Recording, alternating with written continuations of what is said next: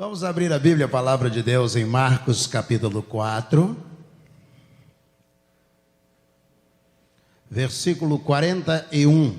Marcos 4, 41. Ontem, para mim, Lecimar, foi um dia assim muito especial.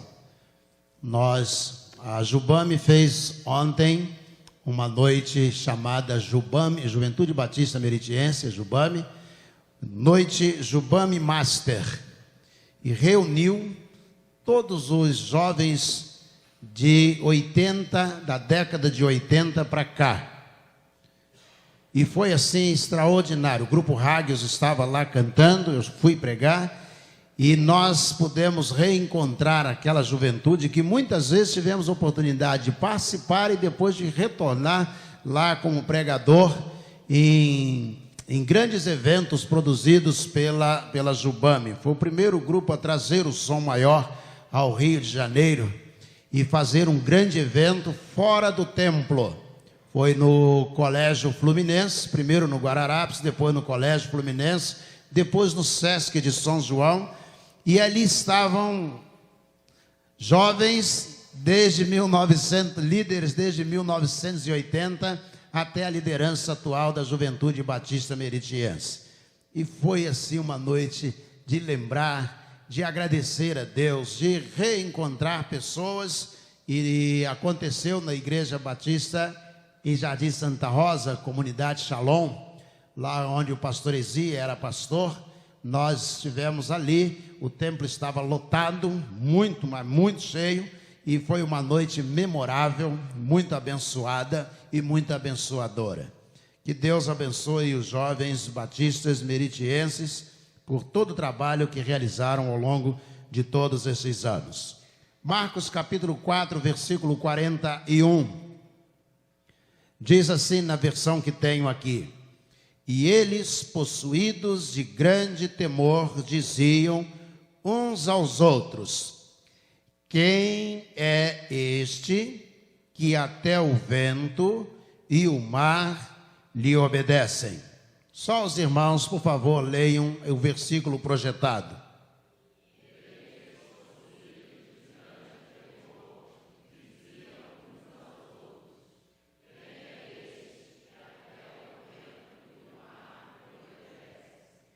Senhor nosso Deus, nosso Pai, nós te agradecemos, ó Deus, porque temos a certeza de que aqui há a presença manifesta do Senhor.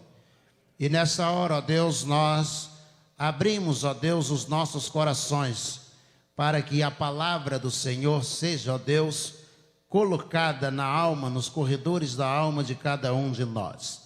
Traz, ó Deus, a tua palavra como indicador para a vida de cada um de nós, para que, ó Deus, possamos vivê-la e encontremos-nos, ó Deus, como executores do querer do coração do Senhor. É a nossa oração, em nome de Jesus, o nosso Senhor. Amém. Amém. Há uma pergunta que, em poucas palavras, gostaria de considerar.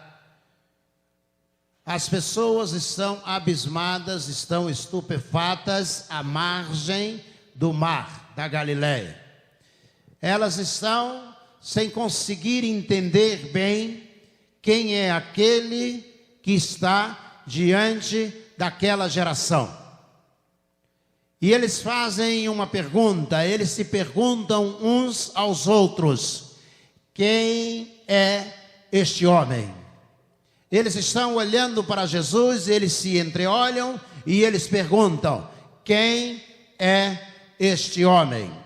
É uma pergunta difícil para ser respondida naquele tempo e até mesmo nos nossos dias, por causa da grandiosidade daquele que nós observamos para responder. Observem quem é Jesus. Quem é este homem? Eles estão tentando atravessar, os discípulos estão tentando atravessar o mar da Galileia. São surpreendidos por uma tempestade. Este homem, ele acalma, estende as mãos e acalma o mar. acalma a fúria do vento, faz as ondas cessarem. E aqueles que estão no barco, ao observarem que somente ao estender as mãos e dizer, cessa-te vento, tudo parou. E eles se perguntam, quem é este homem? Nunca apareceu um profeta entre nós que tivesse tamanho poder. E ao longo de 2000 anos, pelos corredores do tempo, tem ecoado esta pergunta, quem é este homem? Se você pegar o momento deste fato, há 2022 anos atrás, e você conseguir correr pelos corredores do Velho Testamento, você vai ver que essa pergunta também é feita, e procura-se responder no Velho Testamento acerca de Jesus. Quem é este homem? Lá no paraíso, quando o homem caiu e pecou, ele é aquele que Deus diz, ele é a semente que nascerá de uma mulher, e ele virá para esmagar a cabeça da serpente. Para o Deus eterno e todo-poderoso, ele é aquele que vai esmagar a cabeça da serpente. Se você caminhar e você encontrar o livro de Daniel, e você perguntar quem é este homem, Sadraque, Mesaque e Abednego dirão, esse homem é o quarto homem da fornalha. É aquele que nos livrou do fogo e do calor da fornalha. Esse é aquele que estava conosco quando nós passamos o momento mais difícil.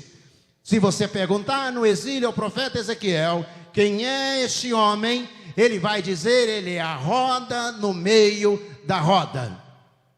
Que visão é esta? A roda no meio da roda, na visão do profeta Ezequiel, ela faz toda a engrenagem girar. Ela faz todo o mundo rodar. Ela faz todas as coisas que estão ao seu redor funcionarem. Então Ezequiel diz que aquele que virá, ele será a roda no meio da roda. É ele quem faz o universo girar. É ele quem faz a sua vida se movimentar. É ele quem faz a sociedade caminhar. É ele a roda no meio da roda. Na visão do profeta Ezequiel, quem é este homem? Ele é o anjo do Senhor, ele é a rosa de Sarol, ele é a raiz de Davi, ele é a estrela da manhã.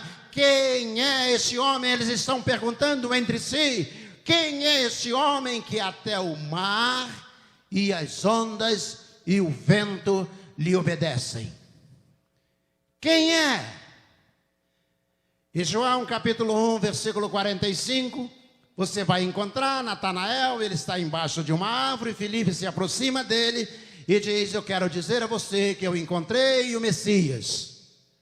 Ele é o Messias, ele é o Messias do Velho Testamento que nós estávamos esperando, ele é aquele que vem redimir Israel, ele é aquele que vem conduzir o povo para a terra prometida, é ele quem nos levará para a eternidade.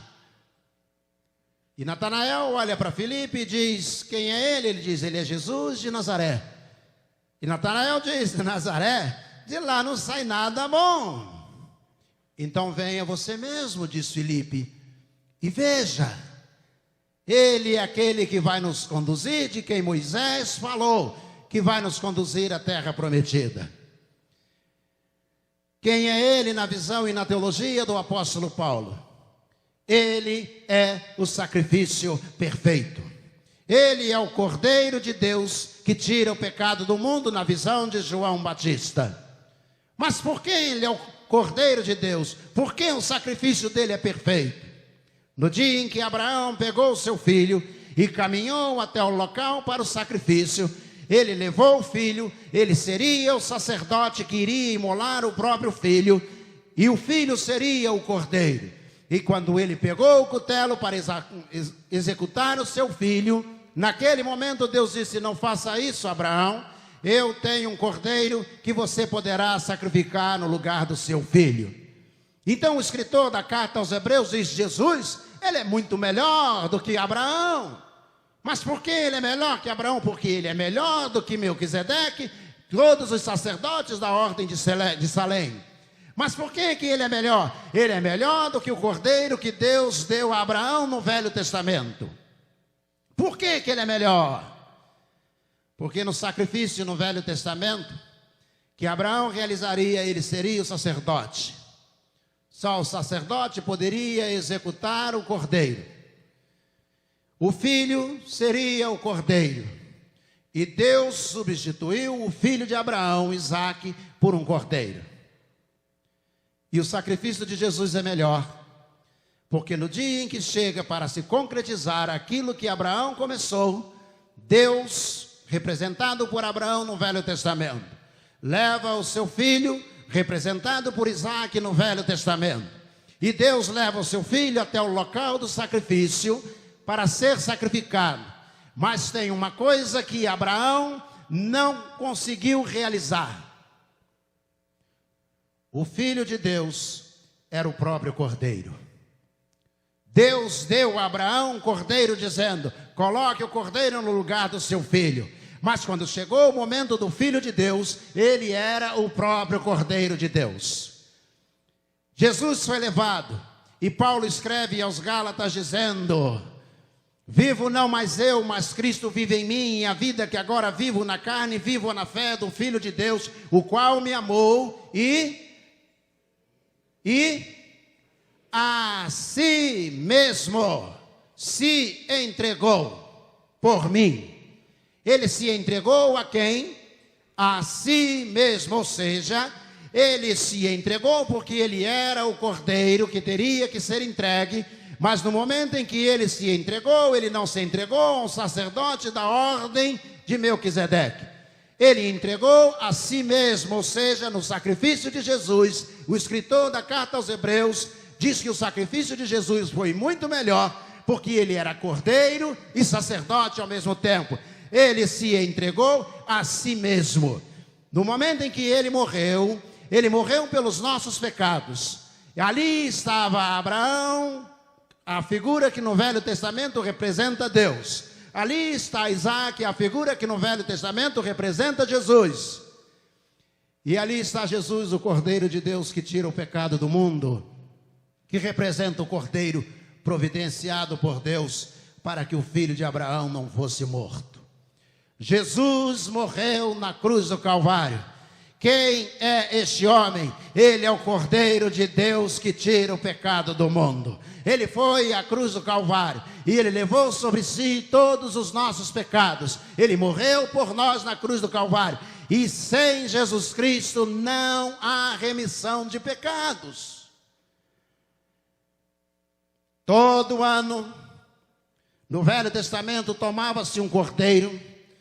E na semana chamada Petsah, ou Páscoa, levava-se o cordeiro para ser sacrificado. No Yom Pur, o dia do perdão, na sexta-feira, entregava ao sacerdote. No 10º Abib, no domingo, entregava ao sacerdote. E o sacerdote examinava o cordeiro, via se não havia manchas, olhava para ver se ele não era cego, olhava para ver se ele não era manco. E depois de examinar o cordeiro, sabe o que ele dizia? Não vejo nele defeito algum, ele pode ser sacrificado. Quando nós olhamos para o Novo Testamento, Jesus é preso exatamente no dia em que o cordeiro era entregue, no 10º Abib, é entregue Jesus. E então Pilatos olha para Jesus, ele examina Jesus, ele anda de um lado para o outro, ele diz: eu tenho poder para te soltar. E Jesus disse: não terias poder algum se não te fosse dado dos altos céus. Ele olha para Jesus e diz: e tu não respondes? E Jesus está mudo diante dele. Então, finalmente, cumprindo o papel de juiz, de julgador, ele olha para Jesus e ele diz: não vejo nele crime algum. Esta é a declaração do Velho Testamento para que o cordeiro pudesse ser sacrificado. E é incrível que isto tudo aconteça exatamente dentro do ritual estabelecido por Moisés, no 10º Abib, na Pessah, na Páscoa, e o sacrifício tem que ser no Yom Pur, o dia do perdão. E ele é levado no dia marcado para o cordeiro ser levado, ser imolado no altar. Ele é levado para fora da cidade, colocado numa cruz do Calvário, e ele morre por nós. Ele morre por mim e por você. Você pode não aceitar. Você pode dizer: eu não aceito que ele tenha morrido por mim. Isso não mudará coisa alguma. Você pode dizer: eu não acredito nisto. Não mudará coisa alguma. Conversava uma vez com um juiz dessa cidade e ele me disse: Celso, você sabe que eu sou ateu. E eu disse: você está se justificando, tentando se explicar. E ele disse: não, você sabe que eu sou ateu. Eu não acredito que Deus exista. E eu olhei ao redor, olhei para o outro lado, e ele, sem entender muito, olhou para mim e disse: o que você está fazendo? Eu disse: estou vendo, não mudou nada no mundo. Domingo que vem as igrejas vão reunir e vão adorar ao Senhor. Os coros vão cantar, os grupos vão cantar, as pessoas vão orar, e elas vão continuar exaltando a Deus, mesmo que você diga que Deus não exista. Deus pode mudar a sua história, mas você não pode mudar o que Deus é. Nós precisamos dele. O salmista, rei de Israel, na sua visão máxima, governando um povo evoluído, e ele diz: assim como o servo, a corça anseia pelas correntes das águas, assim a minha alma suspira por ti, ó Deus. A minha alma tem sede de Deus. Quando entrarei outra vez na tua presença? Eu ia à casa de Deus como que levado pela multidão. Porque estás abatido, ó minha alma, e porque te perturbas dentro de mim? Espera em Deus, pois eu ainda o louvarei. Como o ruído das tuas catadupas, todas as tuas ondas e vagas têm passado sobre mim. Um abismo chama outro abismo, e ele repete: porque estás abatido, ó minha alma? E por que te perturbas dentro de mim? A resposta ele mesmo dá no início do salmo: a minha alma tem sede de Deus. Quem é este homem? Se você preferir, você pode perguntar ao diabo quem ele é. Em Lucas capítulo 8, o endemoniado gadareno, ele está ali fazendo um estrago tremendo, há uma legião de demônios nele, e quando ele se depara com Jesus, ele olha para Jesus e ele diz assim: bem sei quem tu és. O diabo: bem sei quem tu és. Tu és o Filho do Deus Altíssimo e vieste para me destruir.